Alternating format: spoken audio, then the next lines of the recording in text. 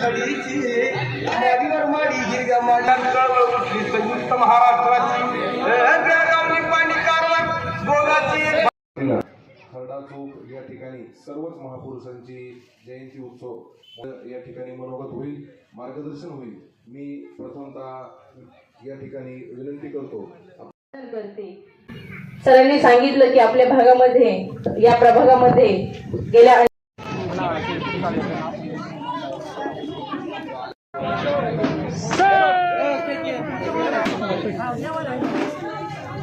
आज अण्णाभाऊ साठे यांच्या जयंतीनिमित्त सर्व महापुरुषांना अभिवादन करतो आणि माझे 4-5 तुटके मुटके शब्द आपल्यापर्यंत पोहोचवतो।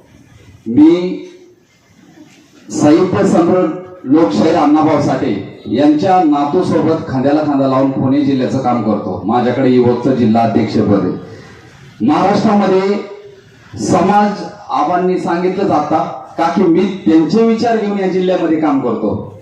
माझी 3री शाळा झालेली, पण आज मी PhD वाल्याला खाली बसवतो, इतकी माझी PhD झाली समाजावर काम करण्याची। तर समाजामध्ये काम करताना आडी अडचणी समजा येतच असतात, पण माझ्या समाज बांधवांना माझं सांगणं असं आहे की आपण गरीबातले मुलं आहोत। समाजात काम करताना, चळवळीत काम करताना मागचा विचार न करता समाजाला दिशा कोणत्या पद्धतीने दाखवायची ह्याच्यावर आपण काम कधी केलं पाहिजे।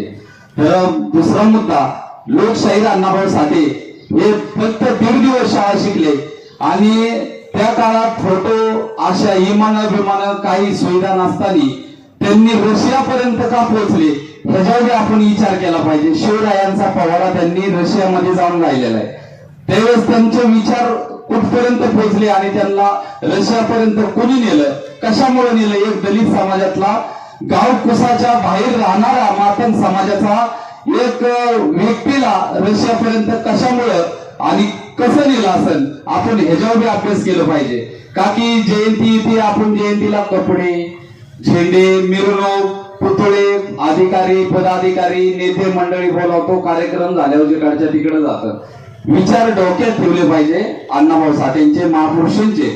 आज मी लय नाही सांगत का की समजायला वेळ झालाय आणि मला बी जरा थोडं काम आहे तिकडं खरड्याला, तुम्हाला माहिती आहे, त्याच्यामुळे मला जास्त बोलता येणार नाही। पण माझी सर्वांना विनंती आहे, मी इथलाच आहे पण मी उरुळी कांचनमध्ये पुण्यात अण्णाभाऊ साठे संघटनेचं काम करत आहे। तर अण्णाभाऊ साठे जयंती निमित्त सर्व या समाज बांधवांना आणि नगर परिषदेचे जे सर्व नगराध्यक्ष, नगर परिषदेचे सदस्य यांना बी माझी मनापासून एक विनंती आहे की तुम्ही ज्या पद्धतीने आमच्या मातंग समाजाचं जे तुटकं मुटकं समाज मंदिर होतं त्याला तुम्ही एकदम शोभा बनवायची संधी दिली, आम्ही तुमचे ऋणी आहोत। आणि तुम्हाला ज्या वेळेस तुम्ही कोणत्याही तुम्हाला कसल्याही पद्धतीची गरज लागेल आमच्या समाजाची, तर तुम्हाला आमचा शब्द आहे, मांग कधी कोणापुढे झुकत नाही आणि ज्याच्या पुढे झुकतो त्याला कधी खोटं बोलत नाही। तुम्हाला शब्द आहे, तुमच्या पाठीमागे कायम आमचा समाज 100% असणार। तर सर्वांना जाता जाता एकच विनंती करतो की अण्णाभाऊ साठे जयंती निमित्त सर्वांना मनापासून एक शुभेच्छा देतो आणि इथेच आभार मानतो।